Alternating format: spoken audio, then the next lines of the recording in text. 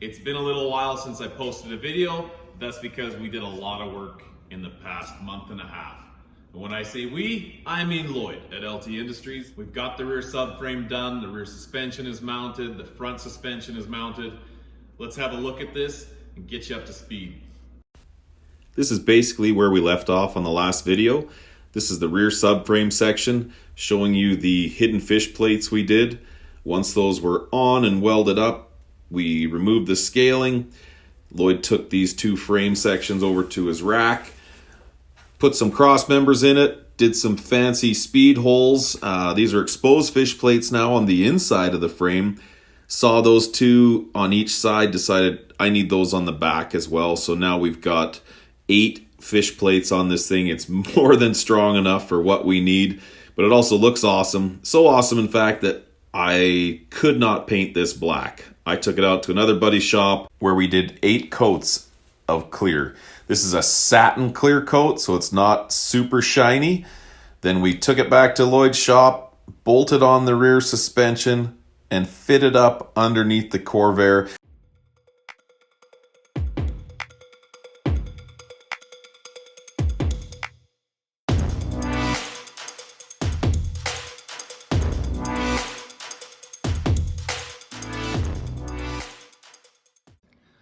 So where these motor mounts are, this gives me enough clearance to run a truck pan on my LS3, and it will be just higher than the bottom of the frame to avoid knocking it off, because this thing rides pretty low to the ground.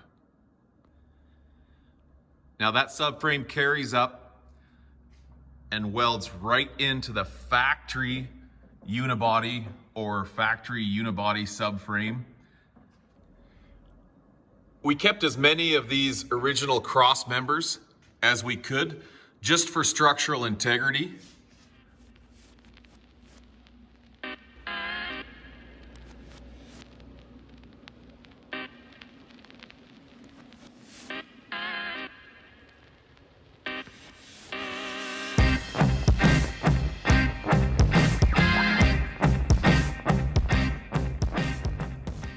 So this is all now one solid piece under here that will no doubt handle the horsepower we're going to throw at it.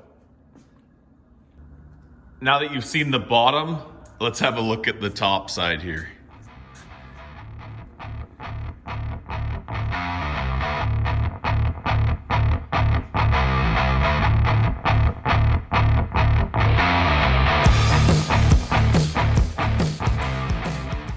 You're looking at the original fuel tank, which is a pretty goofy setup for these trucks.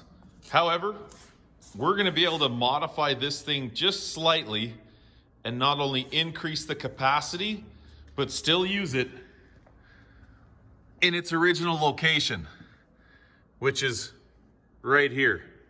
This is where the low part sits at the back, and here's where that front part goes up and inside here. So we've got to take the bottom corners of the fuel tank and just make some relief cuts so that it clears our C5 cradle. Just looking at the front here, so this rack is out of a early 90s right-hand drive Skyline. The awesome thing about using it was Corvette uses a metric tie rod end.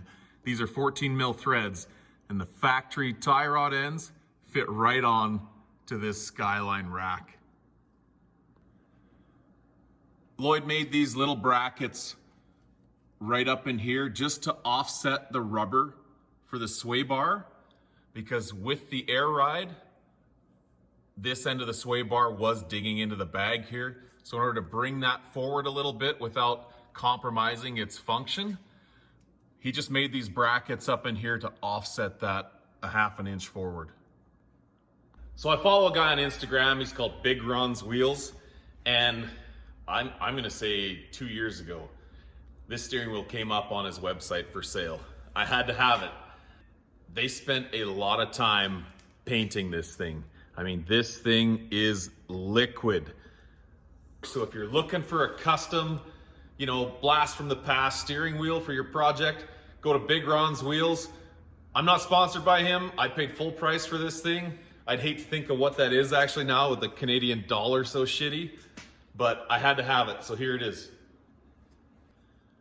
Now, if you look at this shaft here, Lloyd called me up one day and he's like, man, I cannot get this steering column out of this thing.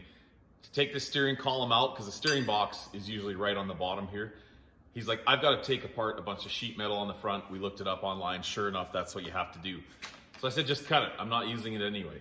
So he undid the steering box underneath the floor, pulled this up through the floor as far as he could and hacked this off. So the splines where the original steering wheel mounted are the exact same as the 92 Nissan Skyline. So we are gonna reuse this steering column shaft to go to the rack from this Nissan upper control box or upper steering box to the bottom of my steering column. How cool is that? I went with weld wheels. You can go to their website and build your wheel. This project has a very unique offset. Now the front wheels are a 18 by 7.5. The rears are 17 by 10.5. And I went with a 17 on the rear. If you see in this picture, the rear fender well is actually a little smaller. It's got more of a skirt. And you really can't tell the difference, but it gives me a little more sidewall for a little more traction. I think I'm going to need that.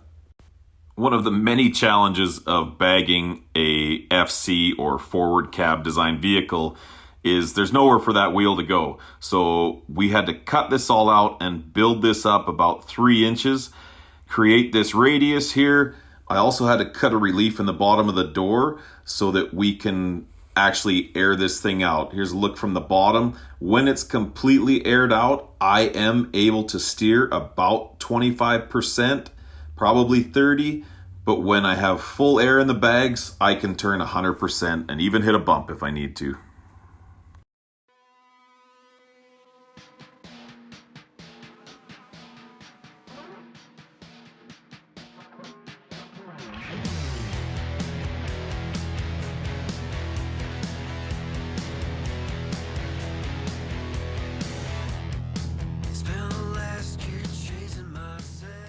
Next step, we have to eliminate the factory pedals.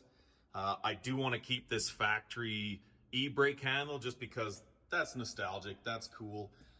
This cluster, I really can't see me being able to modify a gauge cluster to fit in this space. So I think I'll be eliminating this and building a custom set of gauges on probably just a flat panel in here. I have been tempted to try like an old Biscayne cluster or the 60 to 63 Chevy cluster or the 64 and up cluster, but I think that I'm going to be doing just a set of vintage looking gauges in here and make my own. Thanks for watching. I hope you stick with us for the next video when we finish up at Lloyd's shop, transition out to my shop where we can install the engine and transmission. I know this is a lot of information and I know that my editing skills are painful at best. Please bear with me, please stick with me. I hope that I'm taking this to the next level and that you can appreciate everything that's going into this. I am not the guy that's doing everything. I definitely have to give credit where credit is due. I've got crazy ideas in my head, but I do have to have certain guys like Lloyd and my buddy Dennis and everybody that's helped me with this project up to this point. I just want you to know that I've appreciated all the input because I couldn't do this by myself. So stay tuned. Really looking forward to the next video, and I hope you are too. You can set my truck on fire and roll it down a hill, and I still wouldn't trade it for a Coupe de Ville. I got an 8-foot bed that never has to be made. You know, if it weren't for trucks, we wouldn't have tailgates. I met all my wives in traffic jams. It's just something women like about a pickup man.